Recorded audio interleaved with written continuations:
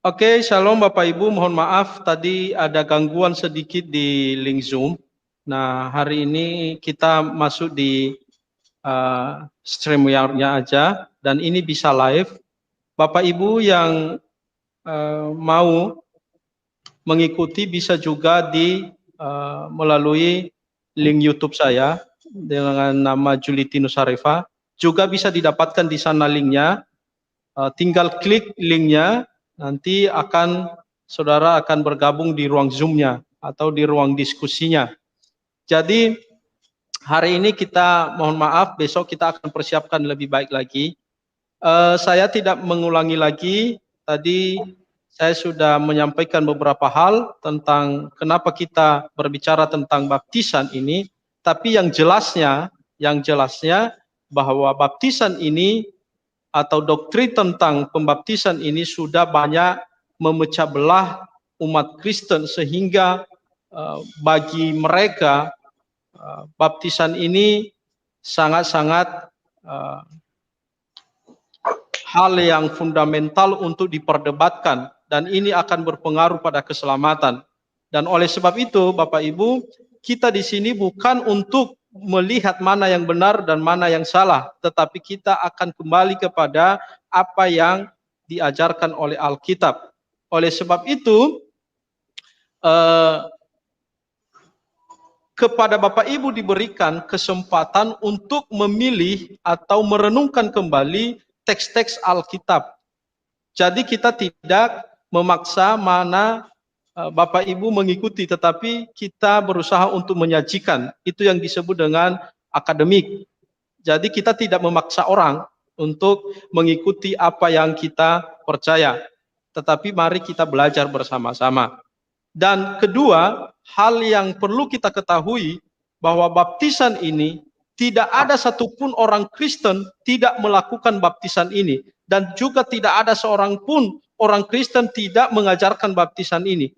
Baik orang-orang yang menganggap diri mereka benar maupun orang-orang yang dianggap salah tetap mengajarkan baptisan ini. Jadi masalahnya adalah terletak pada bagaimana kita menafsirkan, memahami teks-teks Alkitab itu. Di situ sebenarnya masalahnya.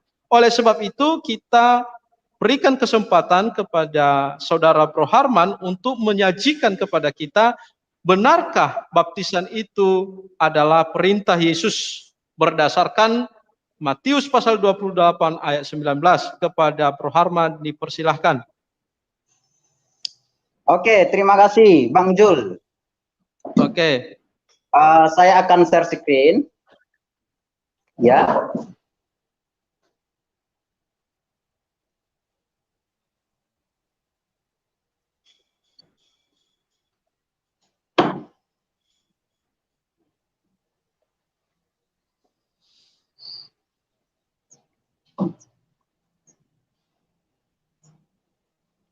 Sudah tampil?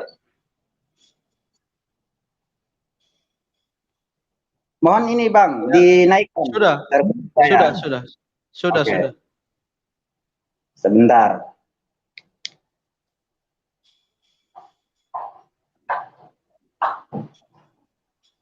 Oke, silakan Bro. Ya, sebentar. Ini lagi di laptop saya lagi loading ini. Oke. Terlihat ya? Ya. Oke.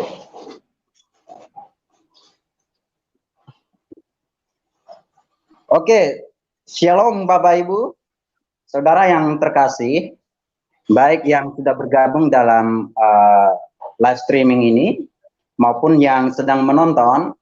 Jadi, sesuai dengan tema kita, signifikansi baptisan air bagi orang-orang percaya. Kemudian dalam seri pertama ini, ya, kita akan membahas apakah baptisan air itu sebuah perintah dari Tuhan Yesus atau bukan. Jelas kita mengutip Matius 28 ayat 19, dan ayat ini nanti yang kita akan coba lihat ya, bagaimana sebenarnya teks Matius 28 ayat 19 dipahami secara bertanggung jawab. Nah, pandangan yang paling umum saat ini adalah menganggap bahwa baptisan air itu adalah sebuah perintah langsung dari Tuhan Yesus. Jadi itu sudah umum. Karena memang teks Matius 28 ayat 19 itu terlihat seperti perintah. Kemudian karena sudah dianggap sebuah perintah, maka mau tidak mau perintah ini harus dilakukan. Artinya baptisan air ini harus dilakukan oleh setiap orang yang percaya kepada Kristus. Tidak boleh tidak dilakukan. Kalau tidak dilakukan berarti kita tidak taat dengan perintah, kan begitu.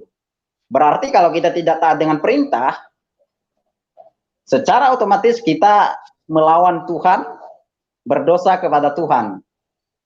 Nah, satu-satunya perintah Tuhan Yesus mengenai baptisan air yang selama ini dipercayai adalah teks Matius 28 ayat 19. Kalau dalam teks Yunani-nya berbunyi begini, Poreu tentes on mateteusate pantata eten. Baptisontes autos eisto honomato patros kaitau uyo kaitau hagio pneumatos. Permisi Kemudian, bro, slide-nya nggak terganti di sini. Jadi klik halaman 2-nya karena kan bukan slideshow itu. Jadi ya klik halaman 2-nya. Lembaran kedua klik nanti akan muncul. Karena ini kan bukan slideshow yang dikasih. Oke, silakan. Oke, sebentar. Sudah muncul belum? Sudah muncul ininya, tapi slideshow-nya kan belum ini. Oke. Jadi nggak terganti ininya. Oke. Wah, kok dikeluarkan? Sebentar. Saya ini muncul, enggak? Masih belum. Sudah bro keluarkan soalnya. Jadi di ini dulu. Oke, siap. Di share dulu. Oke, siap.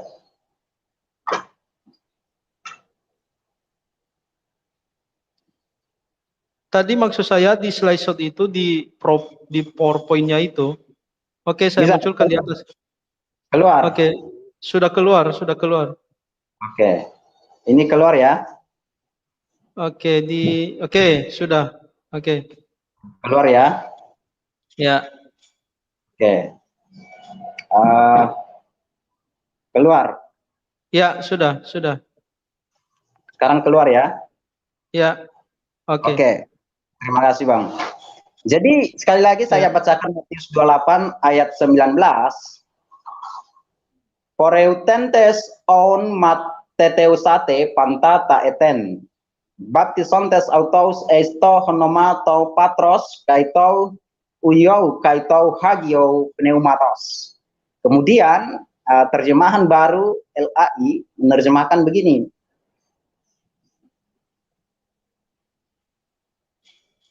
Karena itu pergilah, jadikanlah semua bangsa muridku, dan baptislah mereka dalam nama Bapa dan Anak dan Roh Kudus. Nah, nanti kita akan fokus melihat kata baptislah mereka dalam nama Bapa, Anak, dan Roh Kudus. Supaya kita paham apa maksudnya kata membaptis dalam teks Matius 28 ayat 19 ini. Nah, sebelum saya menjelaskan teks Matius 28 ayat 19, saya memunculkan satu persoalan, ya, ini bisa dijadikan bahan skripsi atau tesis karena ini menarik juga ya. Persoalan keaslian teks Matius 28 ayat 19. Misalnya, ya, salah satunya Conibeare, ya. Dia membuktikan bahwa Matius 28 ayat 19 itu tidak membuat perintah membaptis atau rumusan Tritunggal. Kan ada tadi dalam nama Bapa, Anak, dan Roh Kudus. Ya, dia berkata bahwa teks itu sebenarnya tidak diucapkan oleh Yesus sendiri. Itu adalah sisipan pada awal abad ketiga oleh para penerjemah, para penyunting Perjanjian Baru, ya. Nah, argumennya apa? Dia bilang bahwa perintah membaptis itu tidak mungkin Yesus berikan kepada murid-muridnya setelah dia bangkit. Karena kalau kita melihat ya, nanti kalau Bapak Ibu baca dalam Kisah Rasul ya, dalam surat-surat Paulus, orang-orang itu dibaptis hanya dalam nama Yesus. Iya kan? Sedangkan yang diperintahkan Yesus, baptislah mereka dalam nama Bapa, Anak, dan Roh Kudus. Makanya bagi Conybeare ini, dia bilang, kalau seandainya ini perintah dari Tuhan Yesus, mengapa para murid itu dalam Kisah Rasul dan surat-surat Paulus hanya membaptis dalam nama Yesus, bukan membaptis dalam nama Anak, Bapa, dan Roh Kudus? Nah, di sini persoalannya. Ini pendapat dari Conybeare ya.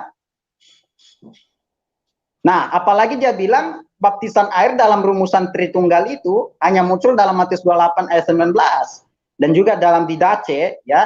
Didache itu adalah naskah yang berisi ajaran 12 para murid yang ditulis sekitar abad pertama ya, dan juga dikutip oleh Bapak Gereja Justin ya. Jadi dia bilang tidak ada catatan lain tentang baptisan dalam nama Bapa, Anak, dan Roh Kudus dalam Perjanjian Baru, hanya dalam Matius itu. Nah, kemudian dia bilang begini, jika Tuhan Yesus benar-benar memerintahkan baptisan air dalam rumusan Tritunggal, ya, yang kita maksud dalam Matius 28 ayat 19, maka para rasul itu melanggar perintahnya. Kenapa?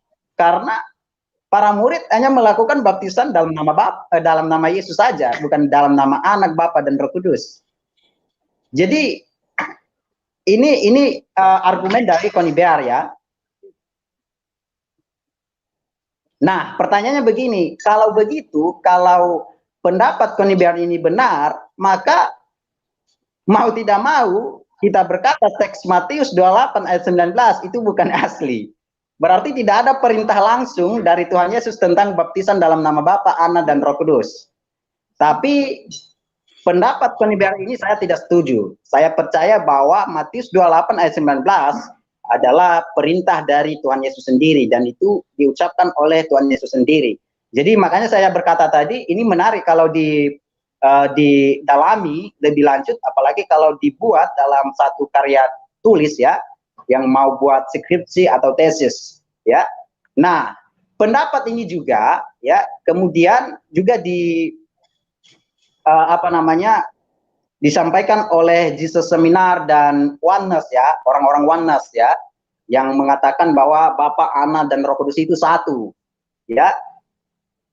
Makanya mereka berkata baptisan itu hanya dalam nama Yesus saja, bukan dalam nama Bapa, Anak, dan Roh Kudus, karena mereka tidak setuju Bapa, Anak, dan Roh Kudus itu adalah 3 pribadi yang berbeda. Nah, ini persoalan keaslian teks Matius 28 ayat 19. Dan ini saya tidak akan bahas di sini, silakan teman-teman pelajari lebih dalam ya. Ini persoalan masalah kritik teks ya. Nah, kita akan masuk dalam teks Matius 28 ayat 19.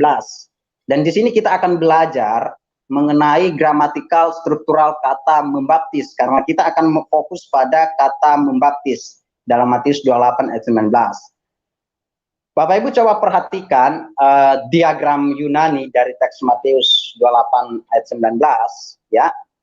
Di sini ada kata mateteusate, ini menjadikan murid. Lalu ta eten, pantas segala bangsa. Jadi menjadikan murid segala bangsa.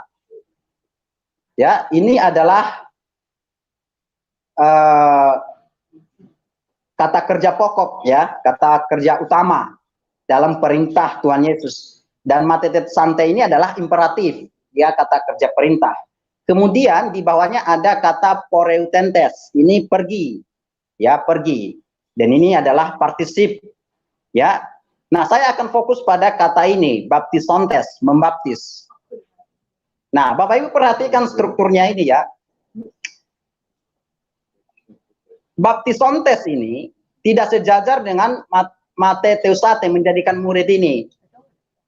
Yang sejajar dengan mateteusate ini, ya, mateteusate ini adalah ini, egoimi ini, aku akan menyertai, ya.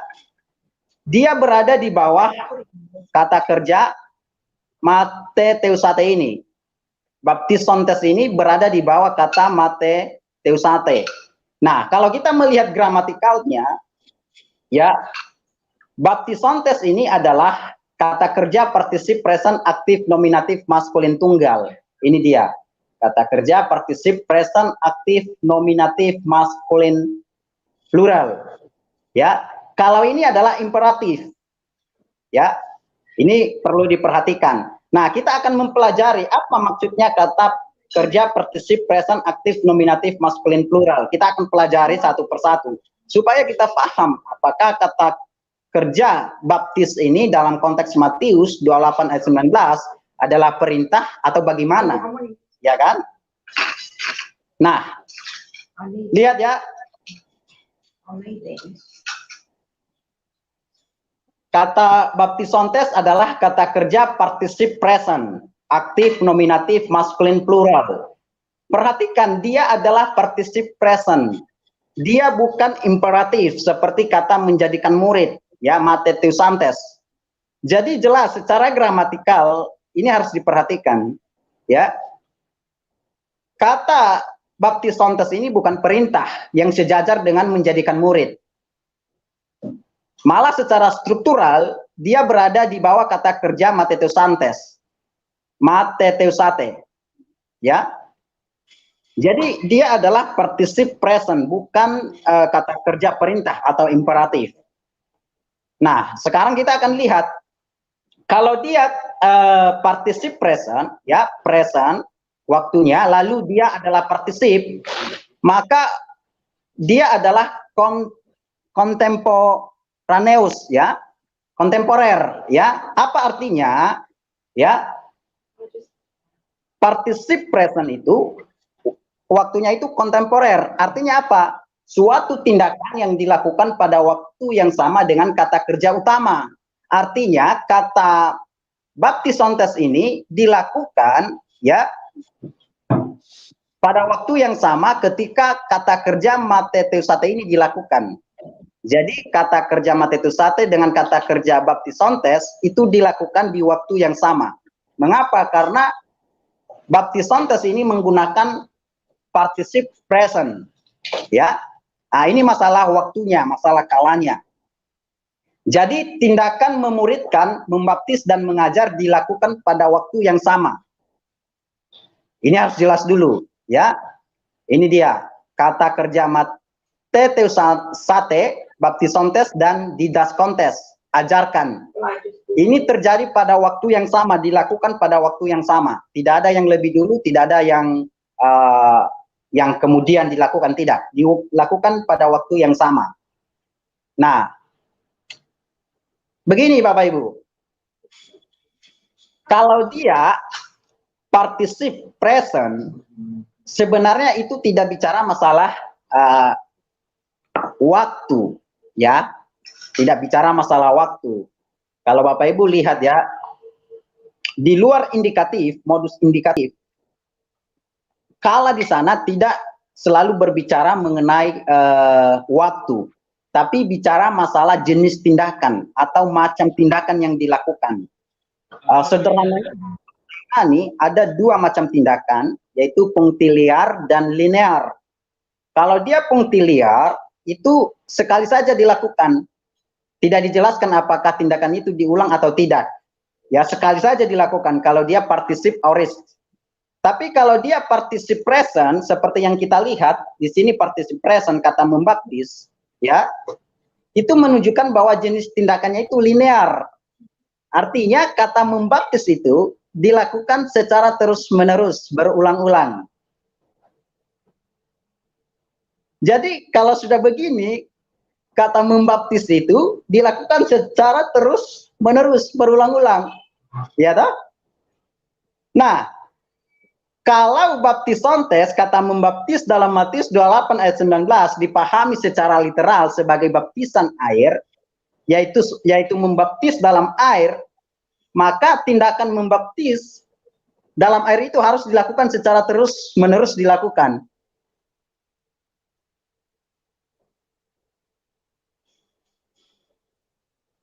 Dari sini kita paham begini, karena dia partisip present menunjukkan jenis tindakan yang terus dilakukan, maka bagi saya di sini tidak mungkin kalau ini dipahami sebagai membaptis dalam air secara literal. Misalnya, saya percaya, kemudian saya dibaptis. Kalau ini dipahami baptisan air, maka saya dibaptis secara terus-menerus, berulang-ulang. Masuk akal enggak? Dan pemahaman seperti ini belum kita dapatkan selama ini. Saya percaya, ini tidak dijelaskan.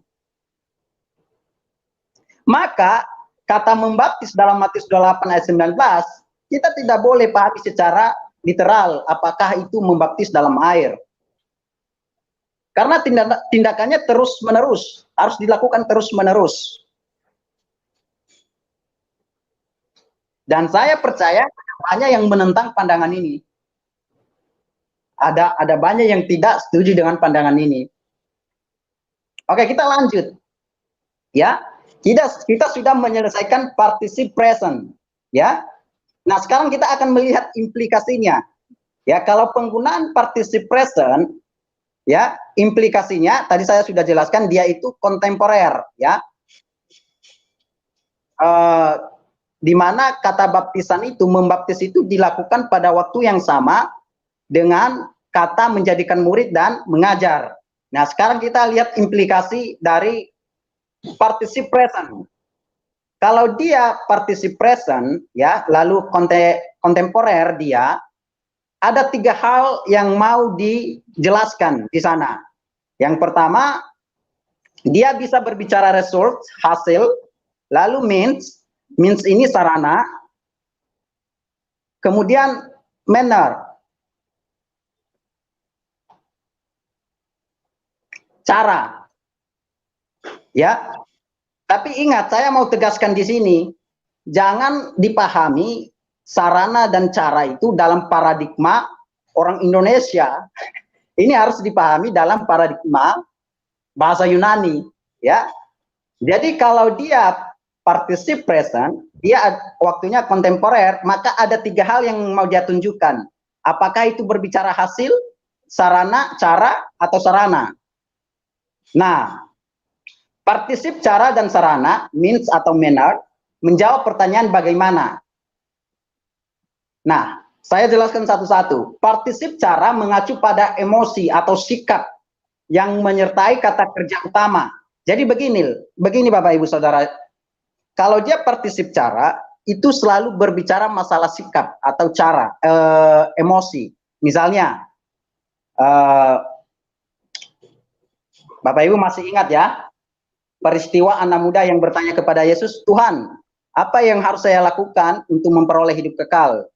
Lalu Yesus bilang kepadanya, terakhir, dalam jawaban Yesus, juallah segala hartamu. Nah, kemudian dikatakan, dalam teks Matius 19 ayat 22, pergilah ia dengan sedih. Nah, partisip cara di sini adalah kata dengan sedih. Jadi ini selalu berbicara emosi atau sikap. Misalnya, pergilah ia dengan sedih. Jadi dengan sedih di sini adalah sikap atau emosi. Ya, dia pergi dengan sedih atau berbicara dengan sombong. Nah, sombong di sana partisip cara ya dalam paradigma bahasa Yunani. Kemudian partisip sarana. Nah, kalau dia partisip sarana itu mendefinisikan atau menjelaskan kata kerja utamanya. Artinya sarana yang dipakai untuk mencapai kata kerja utama. Nah, kalau dia partisip hasil, itu menjelaskan hasil dari kata kerja utama. Ingat ya Bapak Ibu, kata kerja utama dalam Matius 28 ayat 19 itu adalah menjadikan murid. Ya, menjadikan murid. Nah, sekarang begini, partisip present dalam kata kerja baptisontes ini, dia result atau means atau manner. Ingat, kata membaptis tidak bicara tentang sikap. Ya, bukan sikap. Seperti ini tadi, pergilah ia dengan sedih. Ini sedih sikap, emosi. Kemudian tidak juga berbicara masalah hasil. Bukan hasil ya dari kata memuridkan, bukan. Oleh sebab itu partisip present dalam kata baptisontes, membaptis itu berbicara partisip sarana. Ya tak? Nah, begini, partisip cara dan sarana seperti yang sudah saya jelaskan tadi itu menjawab pertanyaan bagaimana. Ya, bagaimana para murid memuridkan. Bagaimana para murid memuridkan. Jadi makanya teman-teman harus hati-hati ketika menemui partisip cara dan partisip sarana karena kedua gagasan ini sangat mirip. Sering kita tidak bisa membedakan. Nah, bagaimana kita menerjemahkannya begini?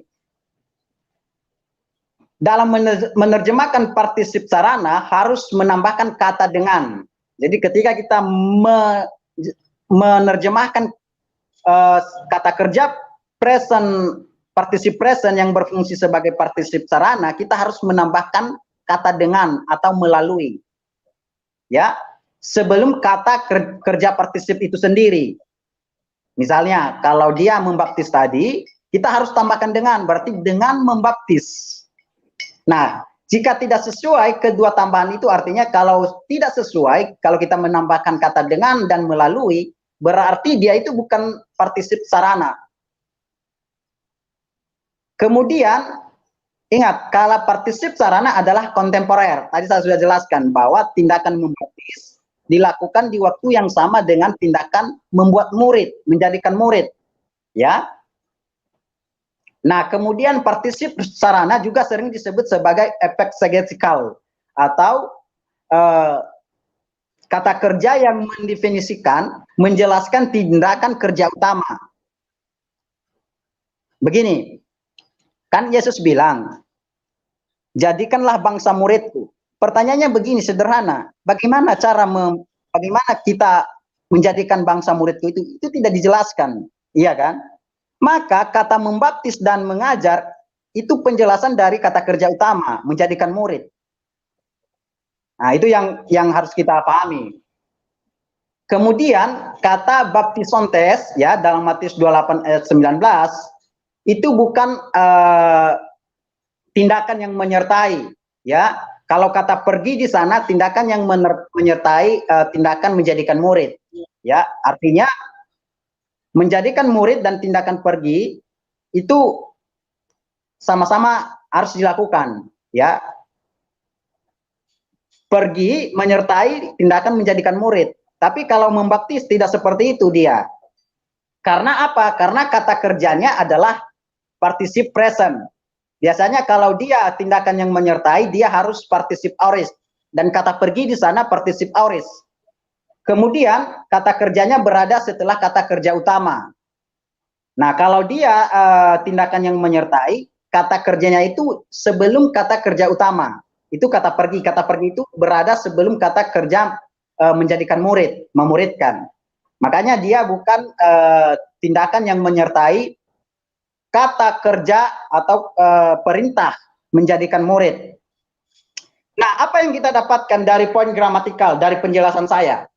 Perhatikan, apakah membaptis menurut Matius 28 ayat 19 adalah perintah? Jelas bukan. Tadi saya sudah jelaskan. Dia adalah particip present, bukan perintah, bukan imperatif. Yang kedua, mana yang lebih dulu? Karena dulu waktu saya membaca teks ini, saya berpikir mana yang lebih dulu yang saya lakukan, menjadikan murid atau membaptis atau mengajar, iya kan? Nah, ternyata setelah kita lihat, membaptis, mengajar, atau memuridkan, ketiga tindakan ini kontemporer. Artinya dilakukan pada waktu yang sama, tidak ada yang lebih dulu. Memuridkan, menjadikan murid, membaptis, lalu mengajarkan, itu dilakukan pada waktu yang sama. Nah, sekarang pertanyaannya lagi begini, apa fungsi dari kata membaptis dalam Matius 28 ayat 19? Itu adalah sarana untuk para murid memuridkan. Ya, sarana para murid untuk memuridkan. Segala sesuatu yang dilakukan oleh para murid untuk memuridkan bangsa, segala bangsa. Segala sesuatu yang digunakan atau dilakukan oleh para murid untuk memuridkan segala bangsa.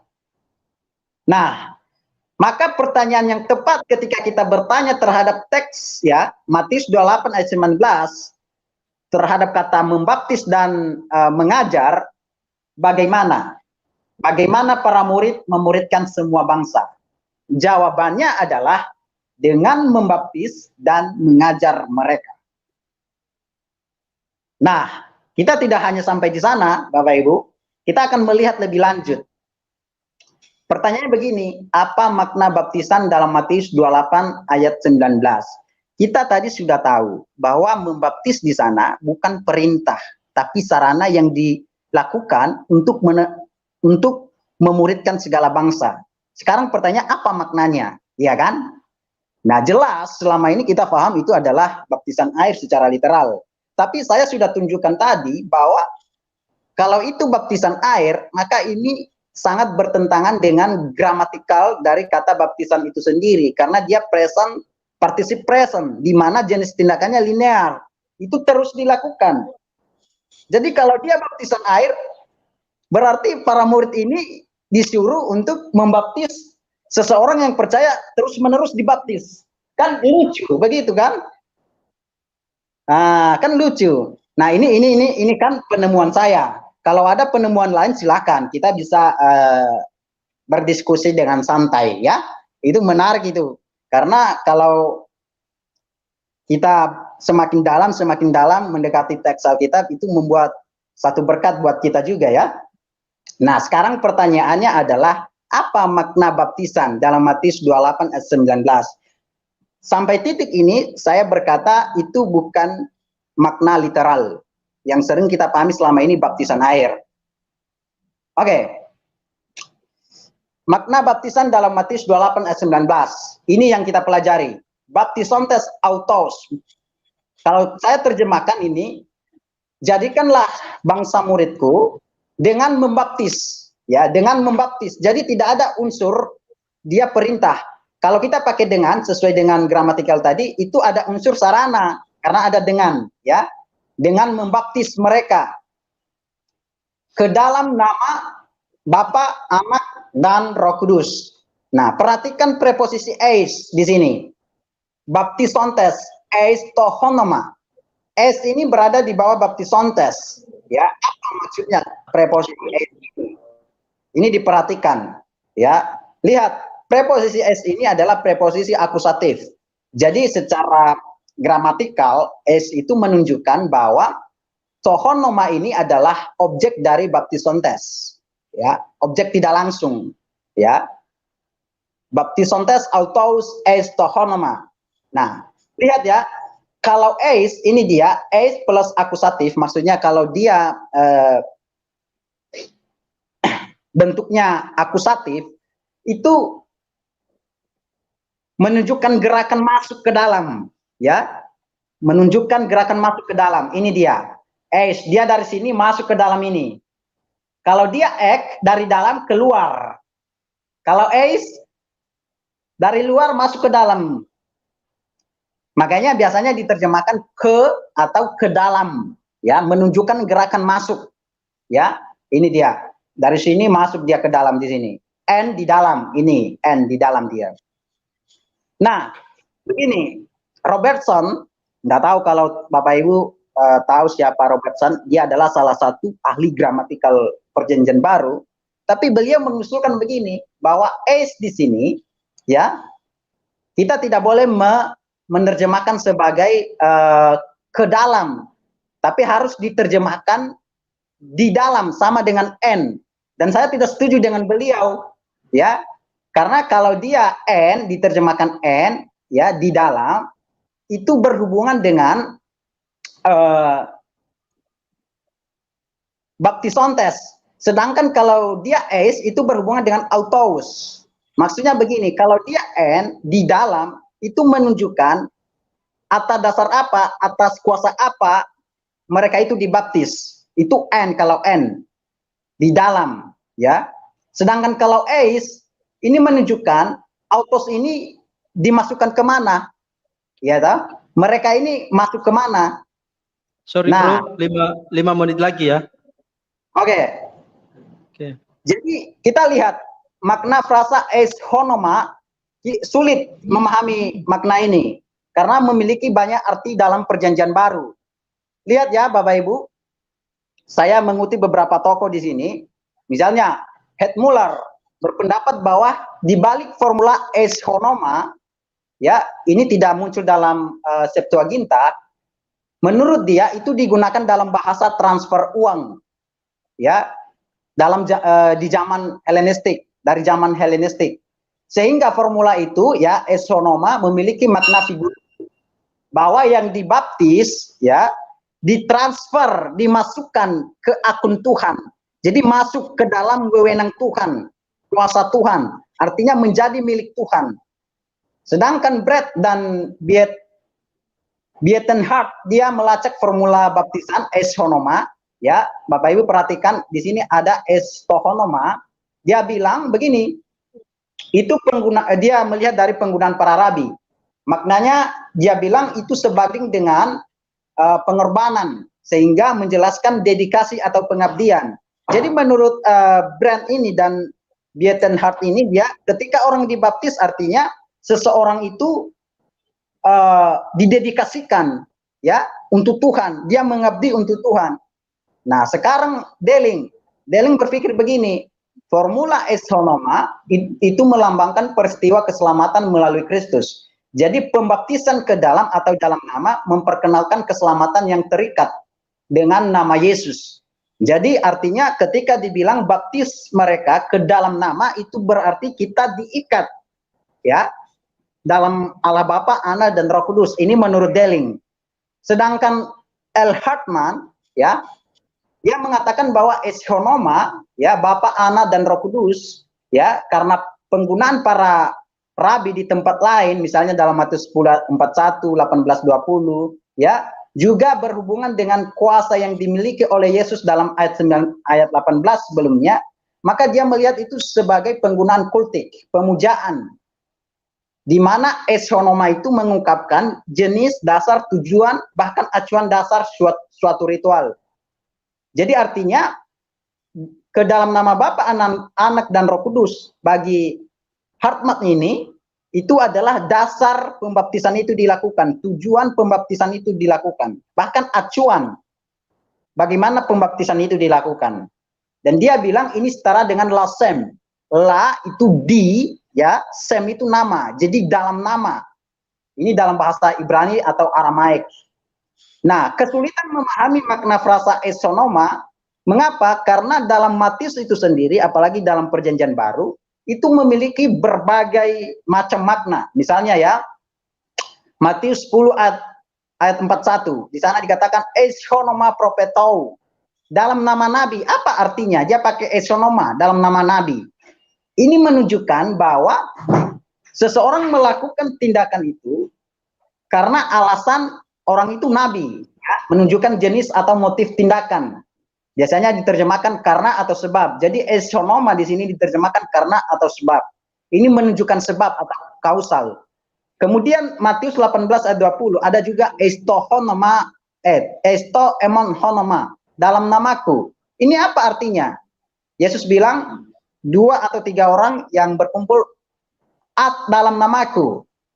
Nah, ini menunjukkan eis honoma di sini adalah dasar pertemuan itu dilakukan apa?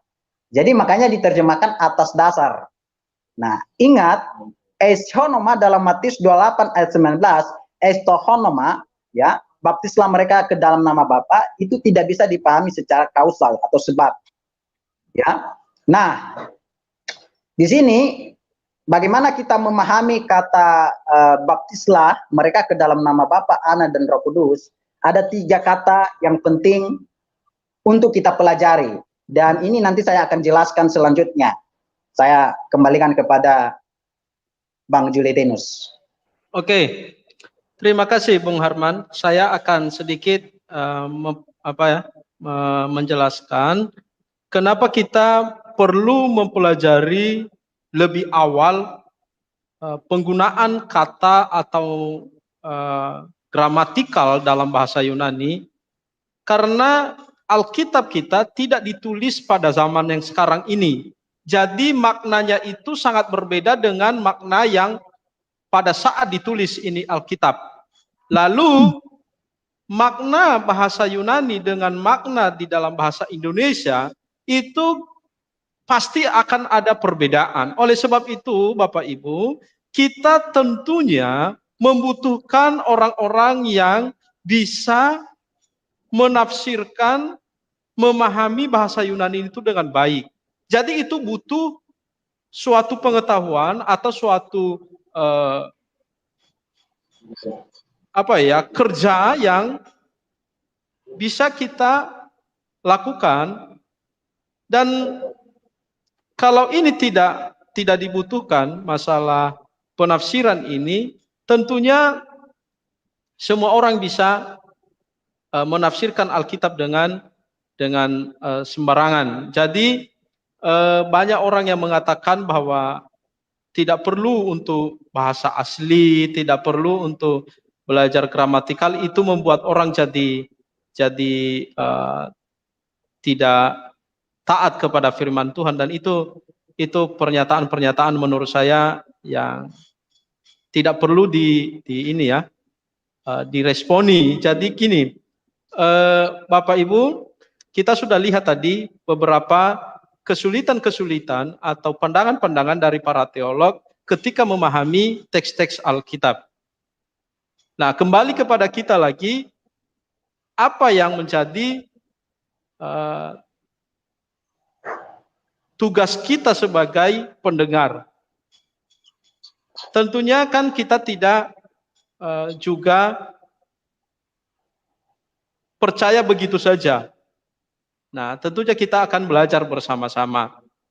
Bapak Ibu, saya tidak terlalu panjang lebar untuk menambahkan apa yang disampaikan oleh Bro Harman tadi, atau Bung Harman, tapi kita mendengarkan sebelum ada pertanyaan dari teman-teman, kita dengarkan dulu makna yang sebenarnya yang terdapat di dalam Matius 28 ayat 19 itu. Bagaimana Bro Harman untuk memberikan makna itu selama Bro Harman belajar tentang bahasa Yunani. Jadi kita butuh ini dulu maknanya saja, supaya nanti kita akan diskusi bersama-sama, supaya juga pendengar bisa melihat kesimpulannya apa. Nah, kan gitu. Maknanya apa ini? Nah, oke. Silakan, Bro Harman. Selama 3 menit.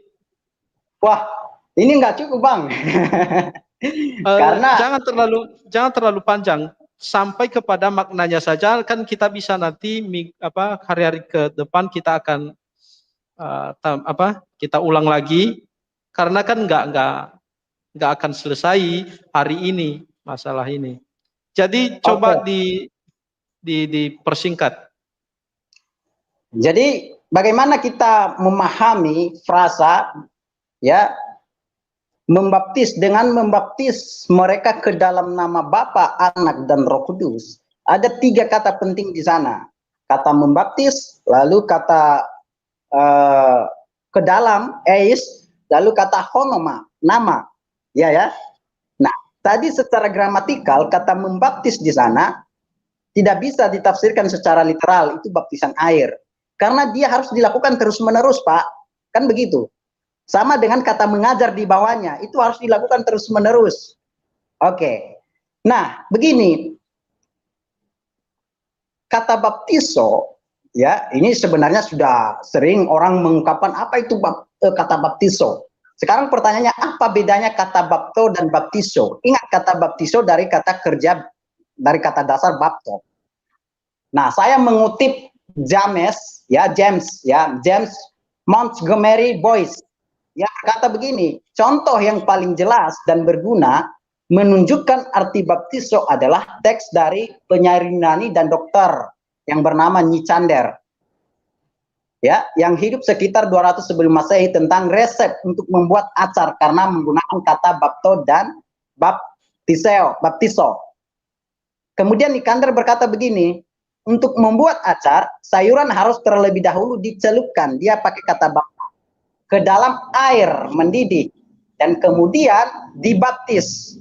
Ya, baptiso, ya pakai baptiso di sini, ke dalam larutan cuka. Nah, apa bedanya bapto dan baptiso? Bapto dan baptiso itu kedua-duanya kalau kita lihat dalam konteks ini sama-sama dicelupkan. dalam sebuah wadah, ya toh? Tapi kata bapto itu hanya bersifat sementara, dicelupkan, ditarik. Kalau baptizo di sini dikatakan ke dalam larutan cuka. Kalau berarti kalau sayur itu dicelupkan dalam larutan cuka, direndam, maka dia menghasilkan warna cuka itu. Menghasilkan perubahan. Karena apa? Karena jadi dicelupkan ke dalam larutan cuka. Dia menghasilkan perubahan sesuai dengan warna cuka. Maka makna baptizo, ya, kalau dia secara figuratif itu berbicara masalah union, penyatuan. Kemudian berbicara masalah identifikasi, identification, ya, artinya begini, ketika seseorang disatukan dengan Kristus, dia memiliki ciri seperti Kristus, hidupnya adalah hidup seperti Kristus, itu identifikasi dengan Kristus. Maka dari sini, dari kata baptizo, kalau kita pahami secara figuratif, itu berbicara, kalau Matius 28 ayat 19 berkata, dengan membaptis mereka ke dalam nama Bapa, Anak, dan Roh Kudus. Dari kata baptizo saja kita melihat itu bicara penyatuan atau identifikasi. Jadi kita disatukan, ya, diidentifikasikan dengan Bapa, Anak, dan Roh Kudus. Ini maknanya dari kata bapto. Dan saya akan jelaskan lagi kalau ada pertanyaan mengenai kata eis dan kata honoma di sana. Karena ada lagi makna kalau kita lihat dari kata eis dan honoma, itu sangat penting. Ya, nah begini Bapak Ibu, coba kalau kita terjemahkan kata baptisontes dalam Matius 28 ayat 19, jangan kita pakai kata baptis lah. Coba kita terjemahkan mencelupkan atau menyelamkan, merendamkan. Misalnya saya pilih kata mencelupkan. Jadi teks itu berkata dengan mencelupkan mereka ke dalam nama Bapa, Anak, dan Roh Kudus. Kira-kira dalam pikiran Bapak Ibu itu bicara baptisan air atau tidak? Mencelupkan mereka ke dalam nama Bapa, Anak, dan Roh Kudus. Kalau kita pakai kata mencelupkan, itu berarti menuntut kita harus menafsirkan kata mencelupkan itu bukan literal tapi figuratif. Bagaimana? Apa maknanya mencelupkan dalam nama Bapa, Anak, dan Roh Kudus? Apa maknanya itu? Nah, ini yang saya maksud. Coba kita buang dulu paradigma kita selama ini, doktrin kita, ya. Karena kata baptisontes, baptizo itu tidak hanya diterjemahkan baptis, dibaptis, membaptis, bisa mencelupkan, menyelamkan, merendam, ya kan? Lalu kenapa teks itu menggunakan kata ketika diterjemahkan sebagai membaptis, sehingga membuat para pembaca, oh itu baptisan air. Kira-kira begitu Bang, ini dari kata baptiso, baptiso saja dulu. Ya, menarik ya? Oke, ya menarik, karena di sini menariknya, ternyata selama ini karena banyak orang yang menafsirkan kata baptizo itu hanya artinya adalah menyelamkan ya, atau mencelupkan atau mentergelamkan. Jadi itu terjadi perdebatan yang hebat. Jadi kata baptizo itu hanya diterjemahkan dalam satu kata saja, yaitu menyelamkan. Dan ini dihubungkan dengan baptisan air. Jadi kalau baptisan air itu harus ditenggelamkan. Sedangkan kalau kita lihat di dalam Alkitab bahwa baptizo itu tidak hanya berarti menenggelamkan, juga bisa menyucikan ya, atau bukan menyucikan, mencuci. Bisa juga kan? Menyucikan juga bisa toh? Menguduskan juga bisa kan? Nah, jadi ini yang perlu sebenarnya dipahami oleh para teolog-teolog Kristen, di mana baptisan ini sebenarnya tidak menjadi suatu perdebatan, tidak seharusnya menjadi perdebatan, karena tidak ada sekali efeknya atau tidak bermasalah dengan iman kekristenan kita, karena orang yang percaya Yesus pasti akan memproklamasikan dirinya melalui sarana tadi. Apa? Sarana tadi dengan membaptis itu, dengan baptizo itu. Nah, nanti tinggal kita mengatakan dengan cara apa dia melakukan itu kan, itu yang perlu dipahami lebih lanjut lagi. sarana apa yang dia gunakan, cara apa yang dia gunakan. Jadi apakah hanya dengan cara ditenggelamkan masalah baptisan itu yang menjadi persoalan kita. Nah, tapi kita lihat tadi dari Bro Harman itu sangat-sangat memberikan kita wawasan yang baru bahwa baptizo di sana itu banyak yang harus kita pelajari. Yang terutama dulu yang tadi katakan bahwa itu tidak hanya bermakna atau diartikan sebagai menenggelamkan. Ya bro ya, tetapi memiliki arti yang lain. Jadi itu dulu yang pertama yang perlu diperhatikan. Tidak hanya memiliki arti menenggelamkan. Jadi boleh hari ini Bro Haraman bisa memberikan kita suatu pendekatan lebih dekat lagi. Dengan demikian, apa makna yang sesungguhnya?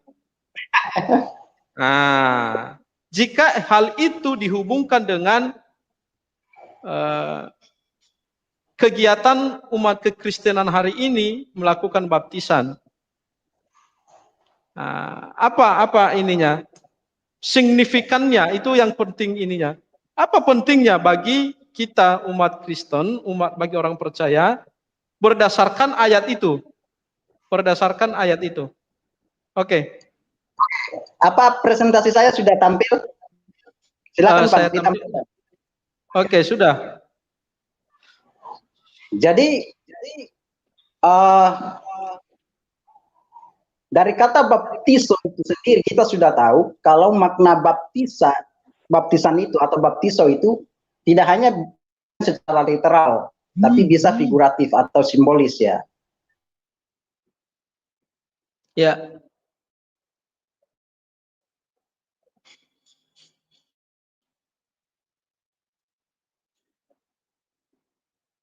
Oke.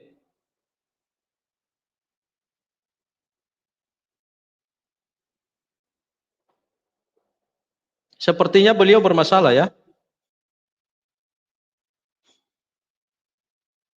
Oke, kalau ada kita berikan dulu kesempatan dari teman-teman yang ada yang bertanya, silahkan. Silakan bertanya. Kalau ada teman-teman yang mau bertanya, silahkan. Harman boleh tanya, Oke, Pak Yul boleh tanya. Ya, silakan. Silakan. Iya, tapi pertanyaan saya ini menyangkut Yohanes 3. Yohanes 3 itu kan percakapan Yesus dengan Nikodemus. Itu di ayatnya yang kelima, kan Yesus jawab Yesus, aku berkata kepadamu, sesungguhnya jika seorang tidak dilahirkan dari air dan roh, ia tidak dapat masuk ke dalam kerajaan Allah. Apakah maksud Yesus di sini air? Di sini baptis ya? Baptis air, tah? Oke.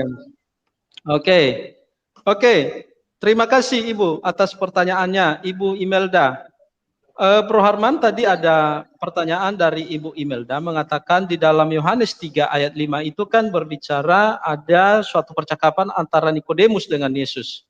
Ya. Nah, di situ berbicara baptisan, apakah itu merujuk kepada baptisan air atau bagaimana? Di ayat yang kelima. Di Yohanes pasal 3 ayat yang kelima. Oke, saya ambil dulu Alkitab saya ya.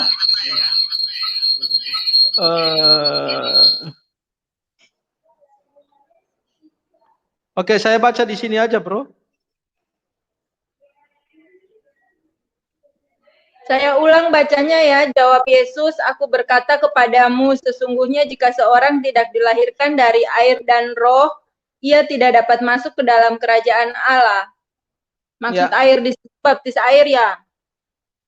Nah ini, ya kita tunggu dulu ya beliau. Oke, Bro, di situ kan Bro Harman bisa dengarkan kita? Bro Harman?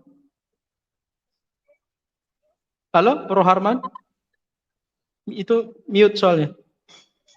Bro Harman, boleh dibuka mikrofonnya? Oke, Bro Harman. Nah, gini, di situ kan ada ini bro, ada kata air dan kata roh. Nah, itu kan apakah itu berbicara tentang baptisan air atau bagaimana?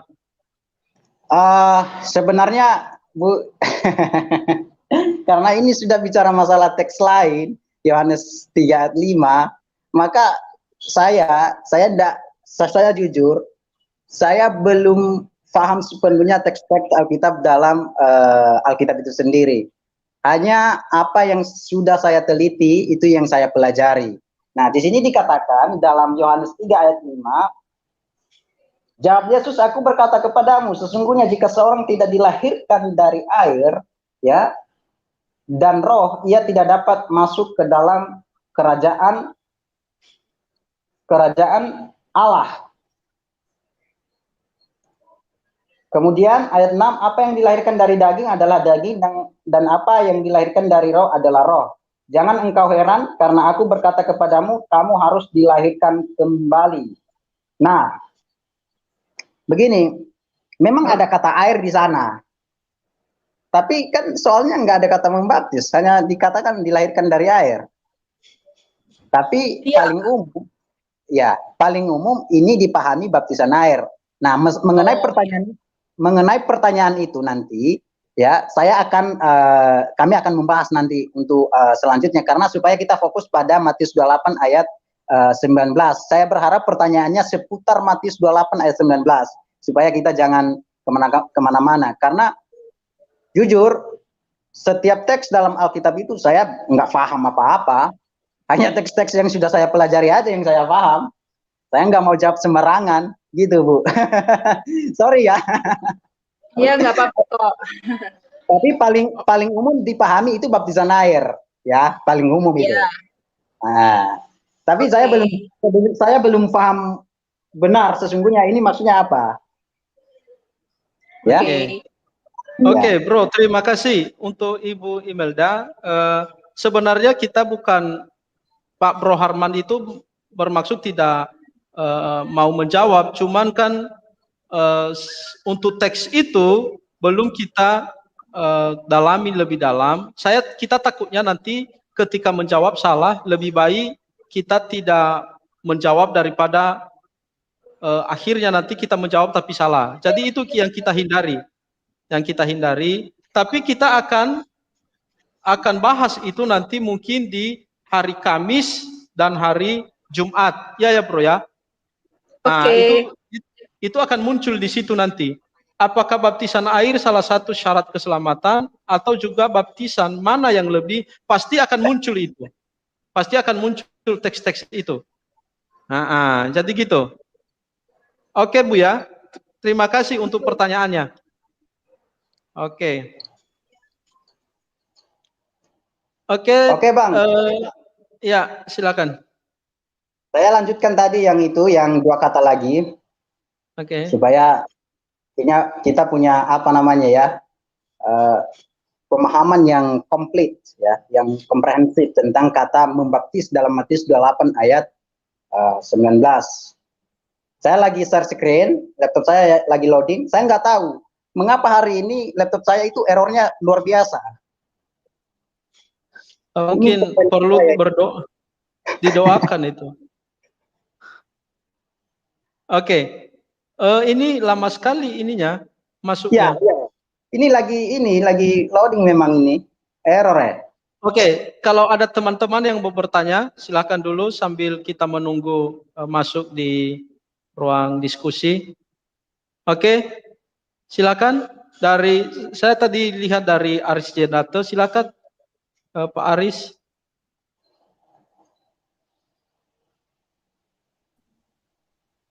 Pak Aris Jendato.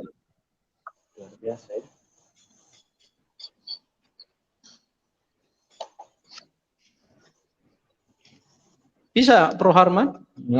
Ya, ini lagi refresh Bang, sebentar. Laptop saya loading lama ini.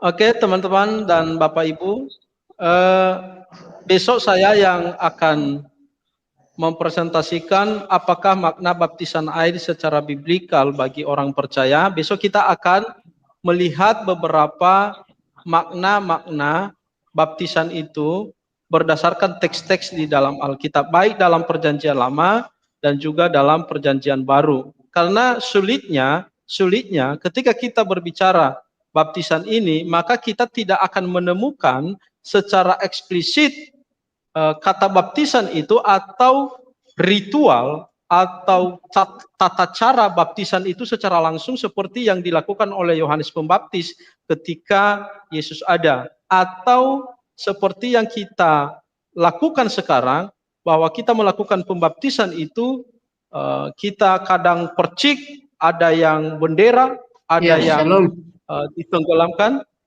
Nah, di situ. Oke, silakan. Dengar suara saya? Ya, kedengaran. Silakan, Pak. Dengaran. Silakan, Pak. Oke. Ya. Saya mau bertanya ya. Ya. Yang pertama,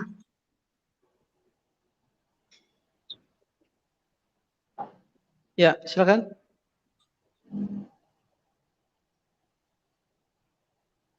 Silakan, Bro.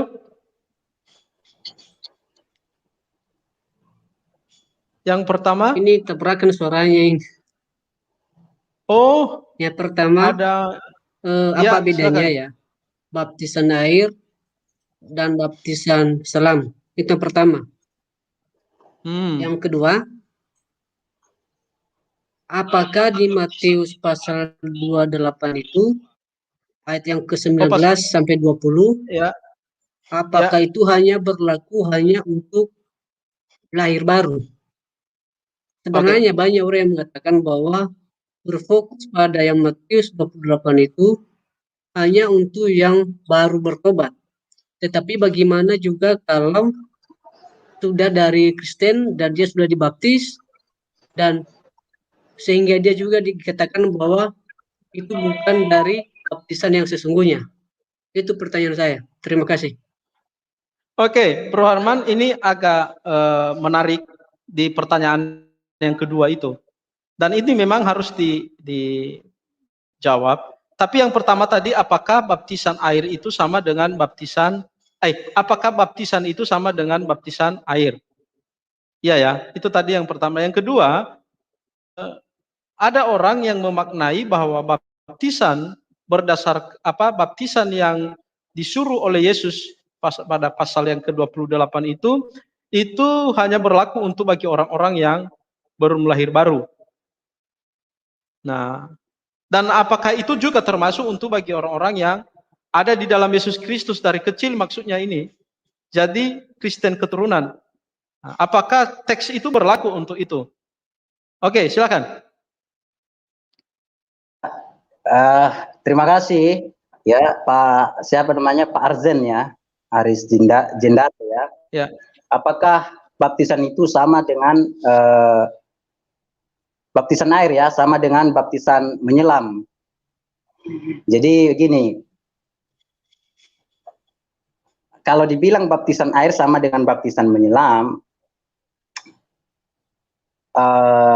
gini, kata baptiso itu ya, baptiso itu bisa digunakan secara figuratif dan bisa digunakan secara literal. Ini dipahami baik-baik ya.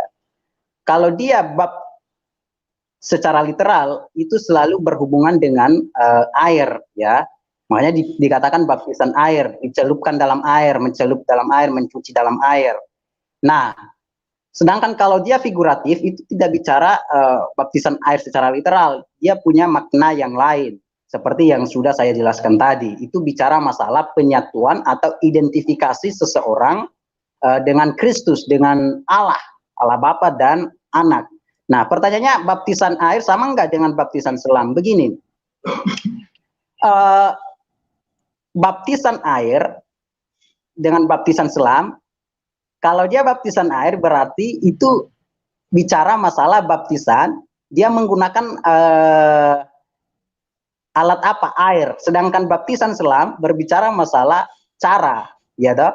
Dia menyelam atau menuangkan atau memercik. Jadi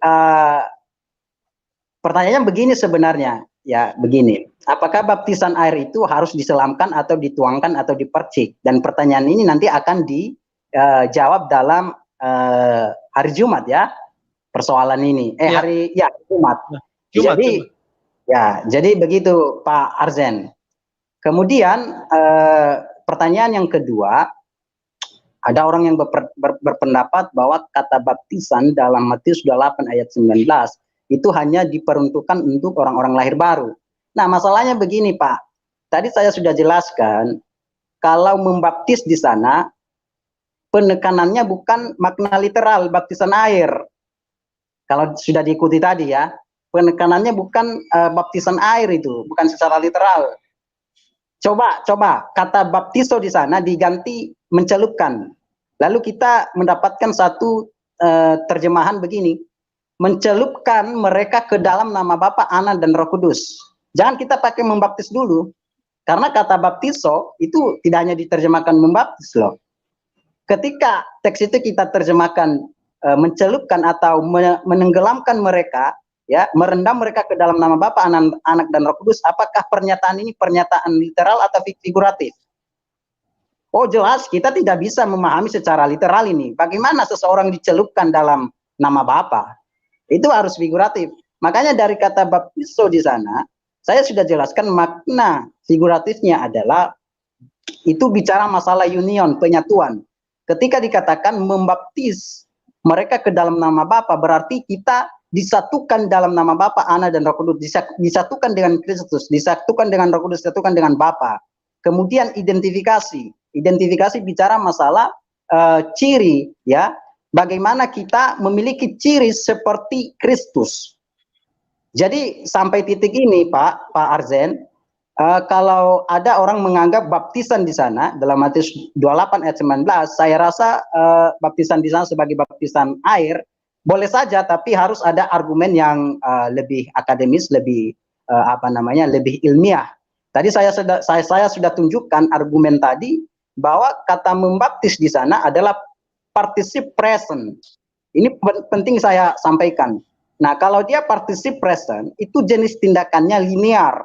Linear itu sesuatu tindakan yang terus dilakukan, yang harus diulang-ulang. Maka kalau membaptis diulang-ulang dan dipahami secara literal, itu sangat tidak masuk akal. Bagaimana seseorang harus dibaptis berulang-ulang, terus-menerus? Tidak masuk akal kan? Secara gramatikal. Apalagi dia katakan baptis mereka ke dalam nama Bapa. Dia tidak bilang baptis mereka di dalam air. Kan menarik. Seperti itu, Pak. Oke. Yang kedua Pak. Yang kedua yang dia tanya tadi itu bahwa apakah ini hanya berlaku untuk orang yang belum percaya Yesus atau juga berlaku bagi yang sudah ada di dalam Yesus, atau begini, singkatnya Kristen keturunan. Jadi begitu. Nah begini Pak, itu pertanyaan itu muncul karena kata baptis dana sudah dipahami secara literal. Makanya pertanyaan itu muncul. Iya kan? Oke, boleh ya. Paham. Coba kita nggak paham secara literal dulu itu sebagai baptisan air. Ya. Jadi saya sudah jelaskan masalah waktu. Ya, waktu kata membaptis, mengajar, dan memuridkan itu kalanya kontemporer. Apa artinya? Ketiga tindakan ini dilakukan pada waktu yang sama. Jadi ketika kita memuridkan, di saat itu kita juga membaptis dalam pengertian figuratif. Lalu di saat itu kita juga mengajar. Ini tiga-tiga di waktu yang sama, tidak ada yang lebih dulu. Menarik ya? Oke, sangat menarik.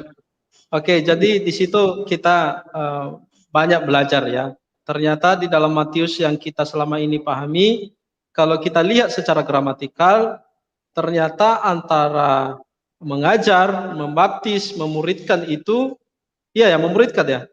Ya, membuat murid.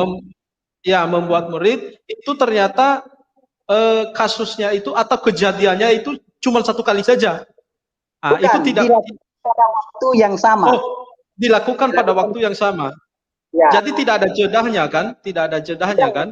Kita nggak diberitahu. Ini duluan. Oke, duluan mengajarnya atau duluan pembaptisan kita nggak diberitahu. Oke, Itu berdasarkan gramatikalnya. Dan yang kedua tadi yang saya tangkap bahwa kalau kita memaknai bahwa baptisan yang di dalam Matius 28 itu dimaknai secara literal atau baptisan dalam hal baptisan air, nah akan tabrak dengan yang mengatakan terus-menerus karena apa tadi yang membuat dia itu kasus apa dia? Participe present. Ya, participe present. Jadi agak bermasalah di situ. Jadi kita lihat kesimpulan kita nanti kalau dia secara literal, jadi baptisan itu secara berulang-ulang, tidak mungkin kan dibaptis secara berulang-ulang. Nah, jadinya begitu. Nah, itu yang kita pertimbangkan ketika kita belajar tentang teks-teks Alkitab. Jangan kita hanya melihat baptizonya saja, oh itu merujuk kepada baptisan air, tanpa melihat maknanya. Nah, ini susahnya ketika belajar Alkitab. Nah, jadi gitu. Itu kesulitan-kesulitan bagi kita. Jadi terima kasih Bro Harman. Ini pertimbangan-pertimbangan bagi para pendengar kita ketika belajar tentang Alkitab. Biarlah mereka nanti yang akan memilih bagaimana membuat suatu teologi yang baru. Bukan berdasarkan apa yang sudah diturunkan oleh para teolog-teolog, tetapi berdasarkan ayat-ayat firman Tuhan. Jadi ini pertimbangan-pertimbangan ya. Kita tidak bisa mengatakan ini yang paling benar, ini yang paling cocok, tetapi pada kesimpulannya nanti kita pasti punya kesimpulan yang akan kita akan kita ajukan kepada teman-teman bahwa inilah sebenarnya baptisan itu. Jadi gitu. Tapi dalam hal ini tentunya Pro Harman tidak menolak yang dinamakan baptisan dan juga tidak menolak baptisan air. Baptisan air itu tetap ada, tetapi dalam konteks Matius itu kita pahami tadi itu belum memberikan penjelasan yang akurat bahwa itu adalah baptisan literal atau dilakukan secara literal atau baptisan air, tetapi itu lebih kepada figuratif. Jadi gitu ya Bro Harman ya? Ya, benar Oke. Bang. Silakan kalau ada dari teman-teman yang menyambung. Oke. Bagaimana Bang Zendato? Arzen sudah bisa? Silakan. Halo, tes. Kedengaran? Ya. Ya, kedengaran. Ibu. Kedengaran saya? Oh ya, kedengaran Pak Aris. Silakan. Oke. Kan itu yang dipermasalahkan ya.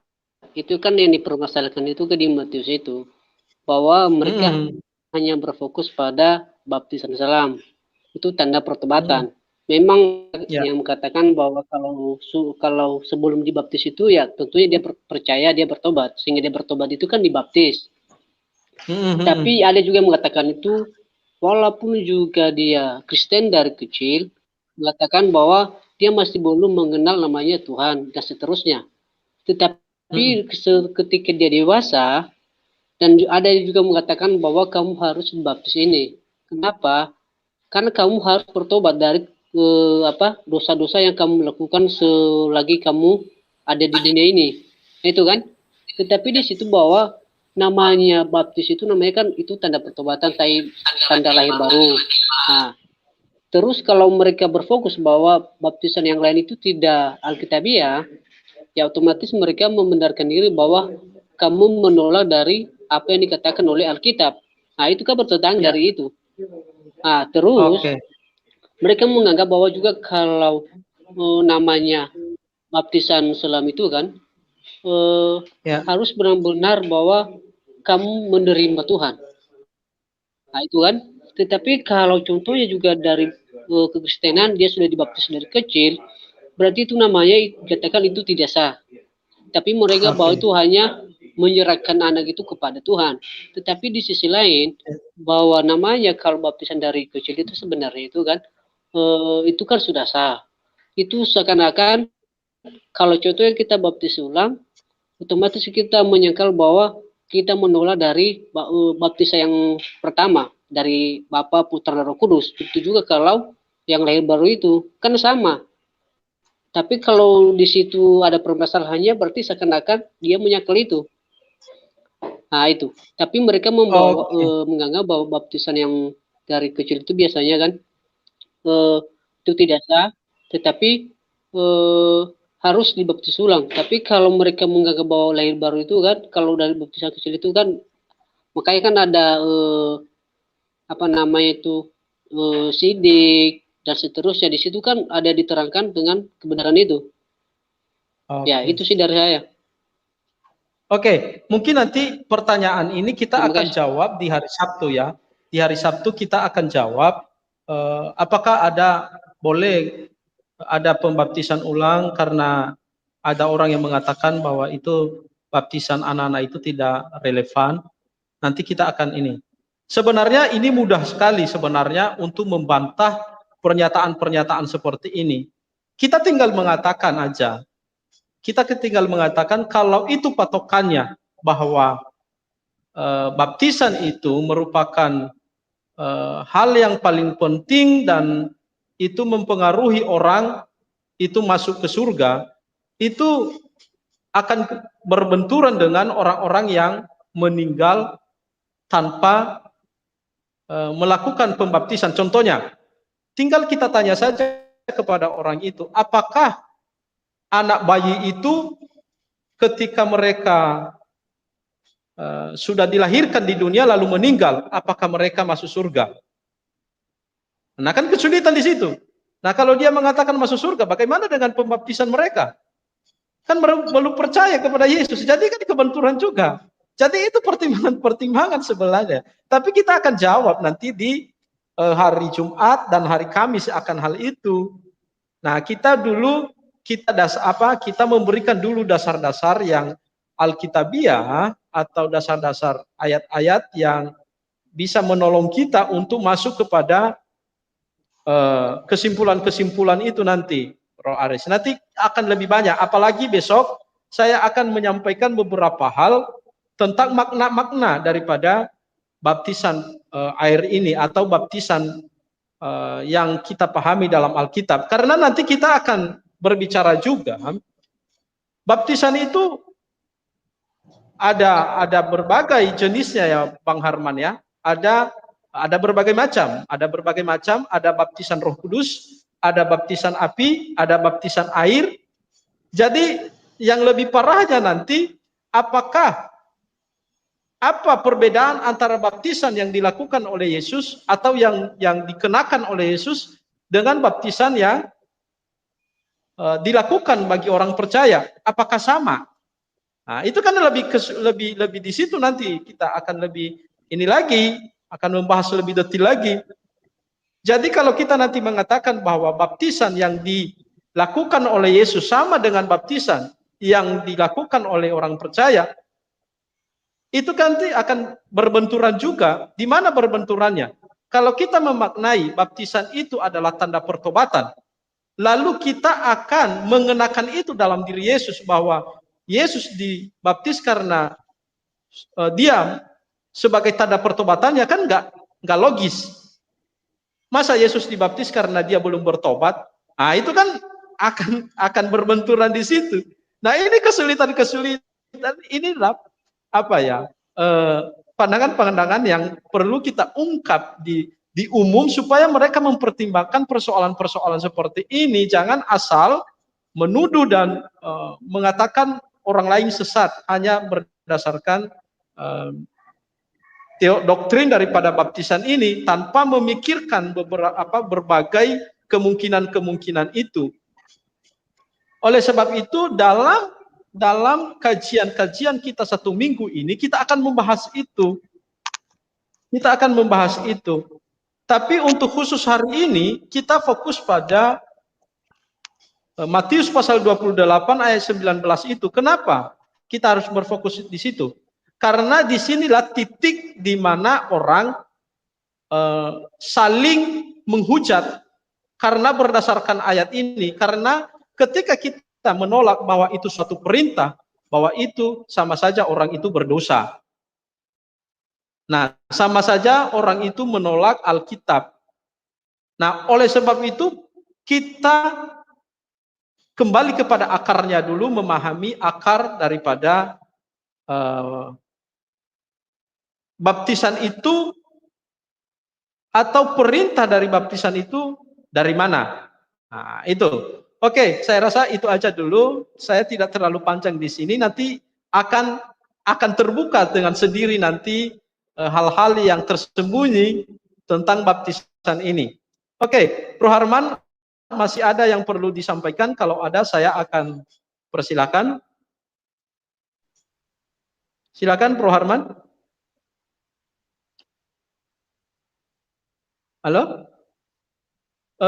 Suaranya nggak keluar. Nggak keluar suaranya. Halo? Ya, ya. Oke. Silakan. Saya akan presentasi. Ya, coba Bang Jul tampilkan presentasi saya. Sudah. Sudah ya. Oke. Slideshow dulu, slideshow. Ya, ini sudah ini. Agak lemot ya. Maaf ya. Ya, silakan teruskan, Bro. Oke. Sudah nampak ya? Sudah. Oke, tadi saya sudah menjelaskan dari kata baptizo. Jadi dari baptizo makna figuratifnya itu bicara penyatuan atau identifikasi, ya. Kemudian dari preposisi eis, saya kembali munculkan preposisi eis. Ya, ini ya. Lihat ya, eis ya, yang warna merah itu ya.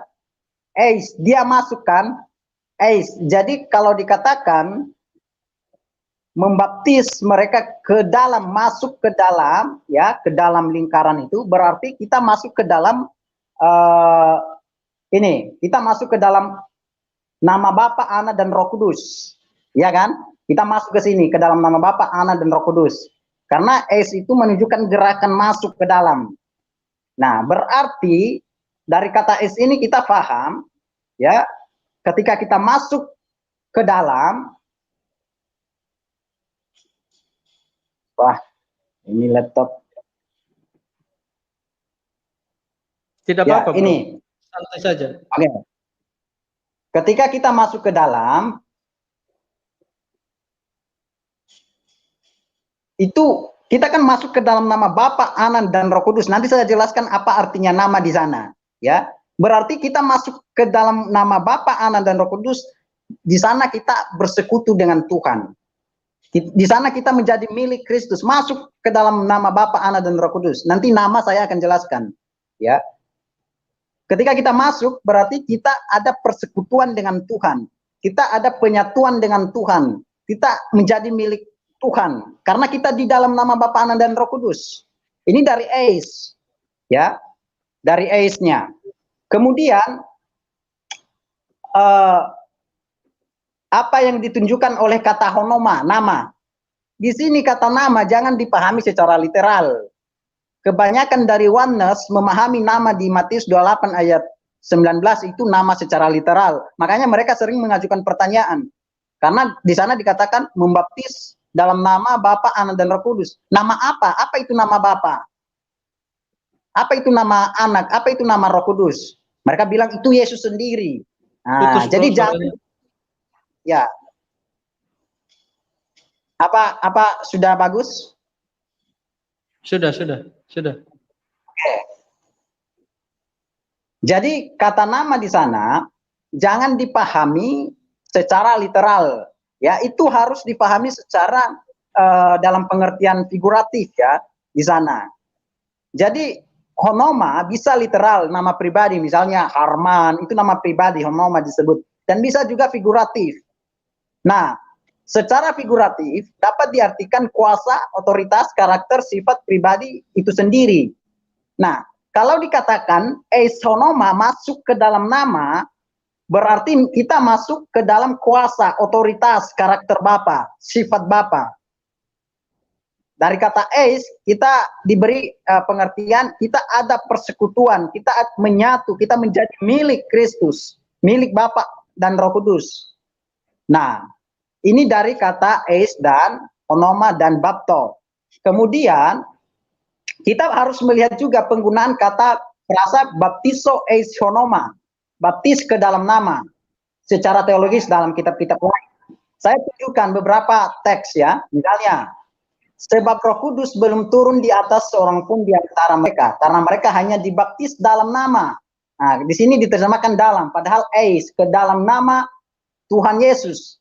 Ini bicara baptisan ini ya ke dalam nama, kita menjadi milik Yesus, ya. Maka kemudian 1 Korintus 1 ayat 12, ayat 13, ayat 15 di sini.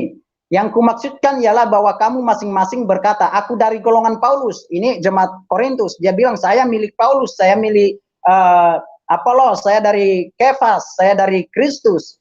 Ayat 13 berkata, adakah Kristus terbagi-bagi? Adakah Paulus disalibkan karena kamu? Atau adakah kamu dibaptis dalam nama Eisto honoma Paulus? Sehingga tidak ada orang yang dapat mengatakan bahwa kamu dibaptis dalam namaku, Eisto emon honoma. Apa yang dimaksud dengan es honoma? Ya, Eisto honoma di sini itu bicara kepemilikan. Maksud Paulus, adakah kamu menjadi milikku? Adakah kamu menjadi milik Kefas, menjadi golongan Apolos? Tidak. Lalu 1 Korintus 10 ayat 2, untuk menjadi pengikut Musa mereka semua dibaptis dalam awan dan dalam maut. Apa maksudnya di sini? Untuk menjadi pengikut Musa mereka semua dibaptis ke dalam Musa. Estomosen ebaptis tesan.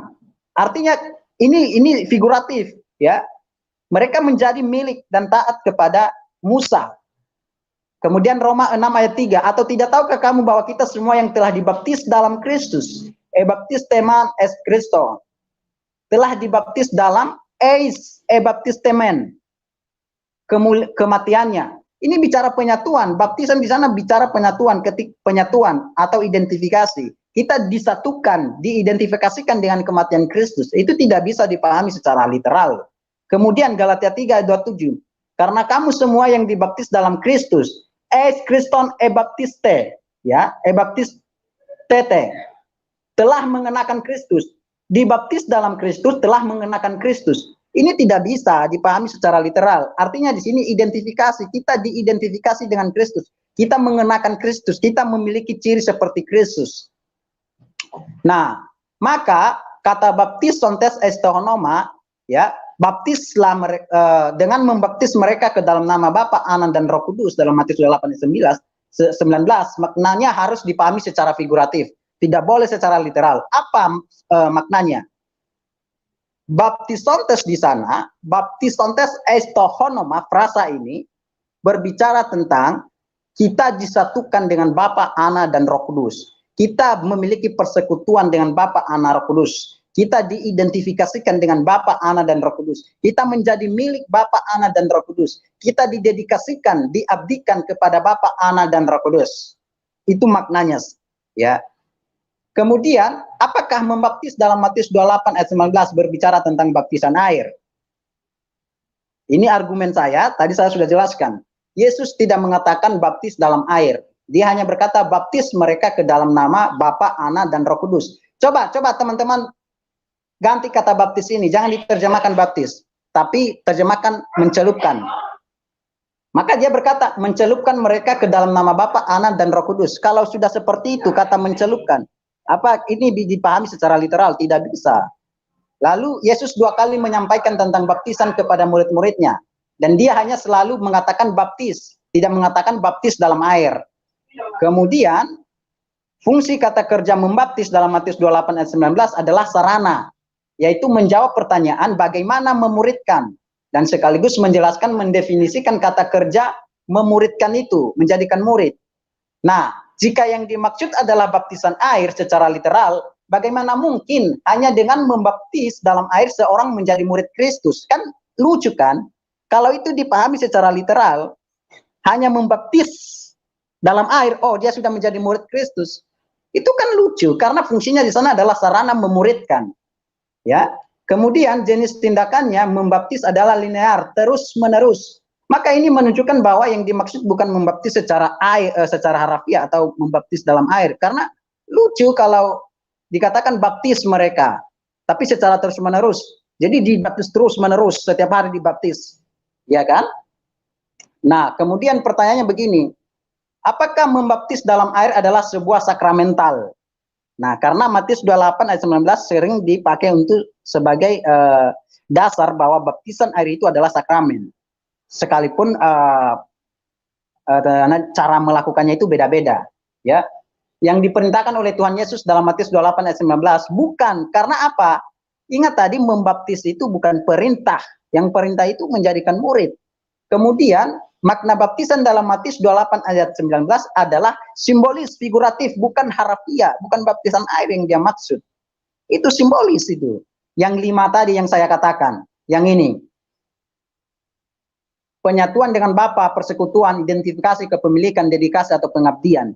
Nah, ini menjawab pertanyaan begini. Pertanyaannya begini. Mengapa Tuhan Yesus sampai menggunakan kata membaptis dalam Matius 28 ayat 19 sebagai sarana memuridkan segala bangsa? Mengapa Tuhan Yesus bilang sarana untuk memuridkan itu membaptis? Kan lucu kalau kita berkata itu adalah baptisan air. Berarti orang yang dibaptis air otomatis sudah menjadi murid Kristus. Kan lucu itu. Kalau begitu ya udah, nggak perlu yang lain, saya baptis kamu dalam air, udah, kamu sudah menjadi murid Kristus. Lucu kan? Kalau Tuhan bilang untuk menjadikan murid itu sarananya adalah membaptis, lucu, sangat lucu kalau dipahami secara literal. Maka ini memberi kita pengertian mengapa sampai Tuhan Yesus berkata membaptis itu merupakan sarana untuk memuridkan, karena maknanya adalah kita disatukan. Nah, ini sarana kita menjadi murid. Untuk menjadi murid, kita harus disatukan dengan Bapa. Kita harus memiliki persekutuan dengan Bapa. Kita harus memiliki ciri, identifikasi dengan Bapa, Anak dan Roh Kudus. Kita harus menjadi milik Bapa, Anak dan Roh Kudus. Kita harus diabdikan, ya, didedikasikan. Hidup kita harus kita dedikasikan kepada Bapa, Anak dan Roh Kudus. Makanya kita nanti bisa menjadi murid yang sejati. Nah, seharusnya inilah tugas gereja. Ketika memuridkan harus berusaha membuat seseorang mengalami kelima hal ini. Membawa seseorang itu mengalami kelima hal ini. Sehingga ia menjadi seorang murid yang sejati. Kemudian pertanyaan terakhir adalah, apakah baptisan air memiliki signifikansi dalam keselamatan menurut Matius 28 ayat 19? Jelas tidak ada signifikansinya dalam keselamatan. Karena kata membaptis di sana bukan membaptis dalam air, tapi membaptis dalam pengertian secara figuratif. Terima kasih Bang Jol.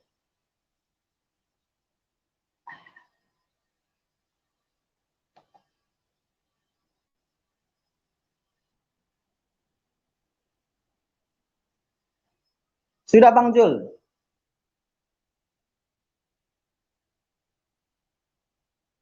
Halo Bang Jul?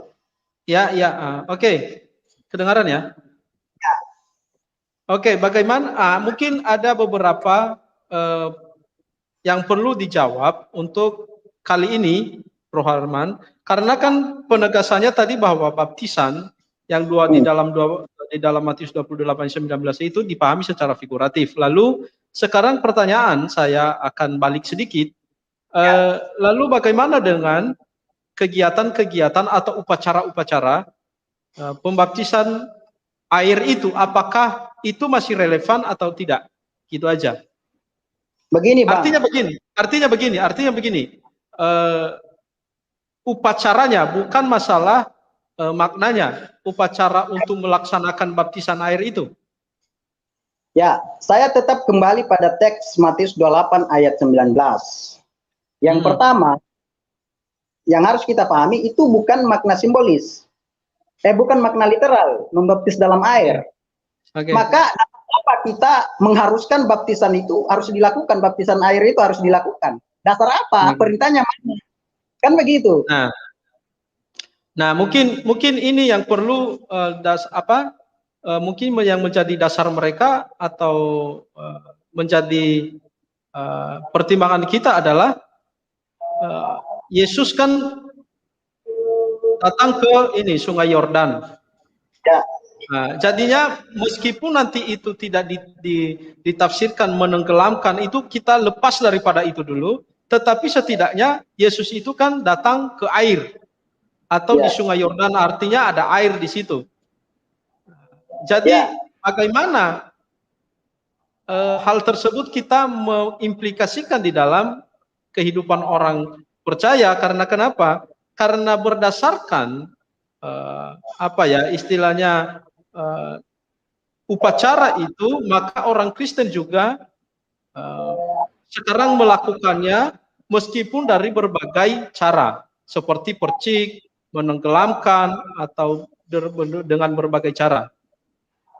Jadi di situ ininya, upacara itu, baptisan itu masih berlaku nggak sampai sekarang?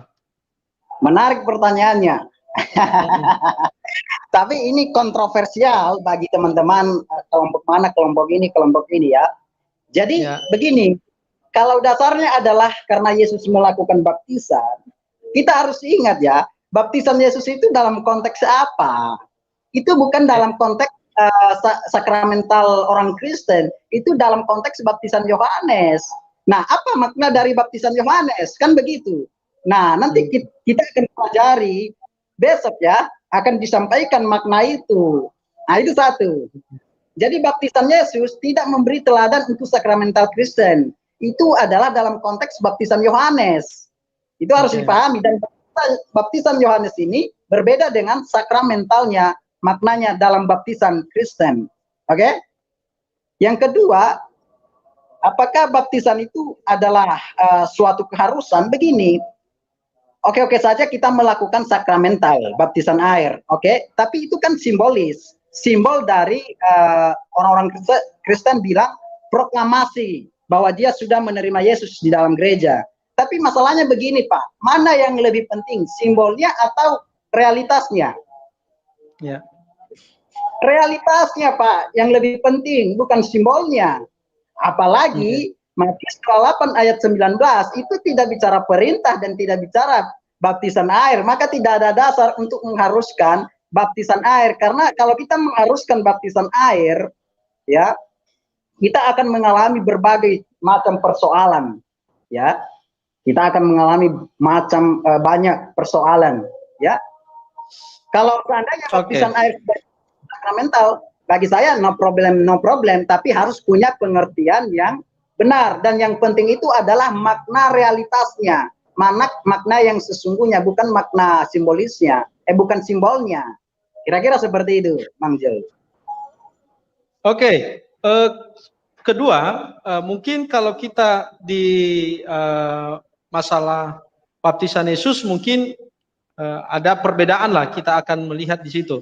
Tetapi kita kembali kepada bagaimana Yohanes memanggil orang-orang Yahudi untuk dibaptis supaya mereka bertobat. Nah, jadi kan kalau kita sejajarkan, meskipun dalam teologi kaum Injili masalah Israel dan gereja itu berbeda, tetapi masalah untuk pembaptisan ini juga orang-orang Yahudi dipanggil oleh Yohanes untuk mereka dibaptis. Nah, supaya apa? Supaya mereka bertobat, atau sebagai tanda pertobatan mereka bahwa mereka ikut kepada Yahweh itu. Jadi gitu, Bro. Jadi kalau kita tadi lihat dari sisi Yesus mungkin agak sedikit ini, tapi kita lihat dari sisi orang Yahudi bagaimana?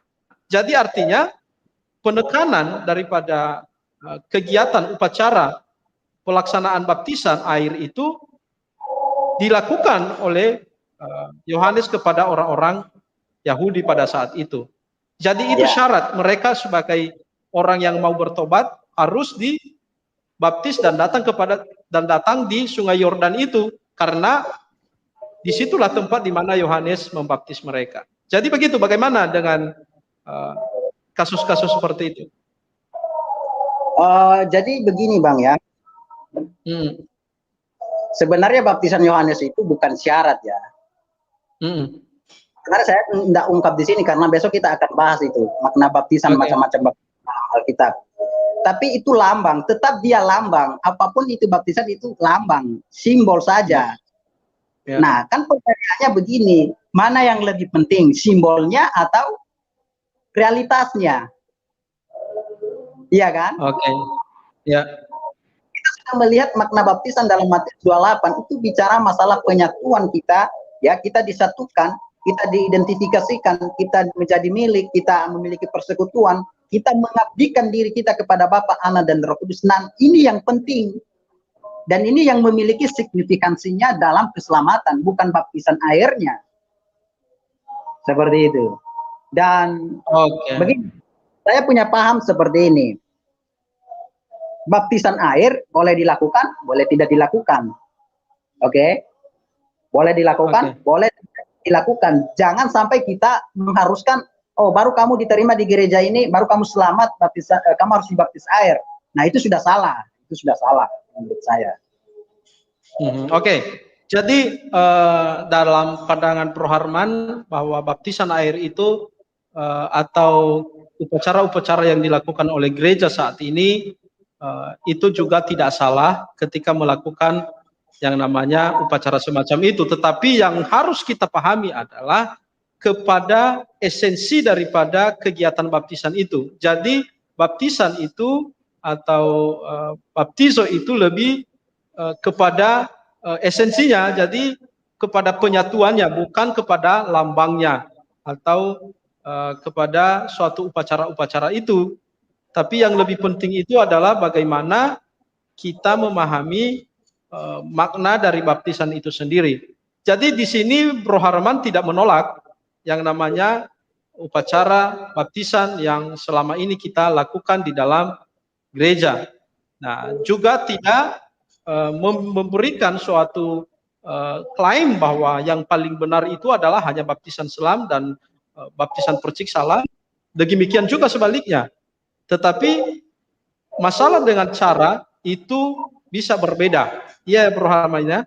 Begitu. Oke, hari ini kita dapat banyak pembelajaran dari apa yang kita sudah pelajari, yaitu bagaimana kita memahami yang namanya baptisan berdasarkan Matius pasal 28 ayat 19. Besok kita akan belajar tentang makna daripada baptisan itu sendiri.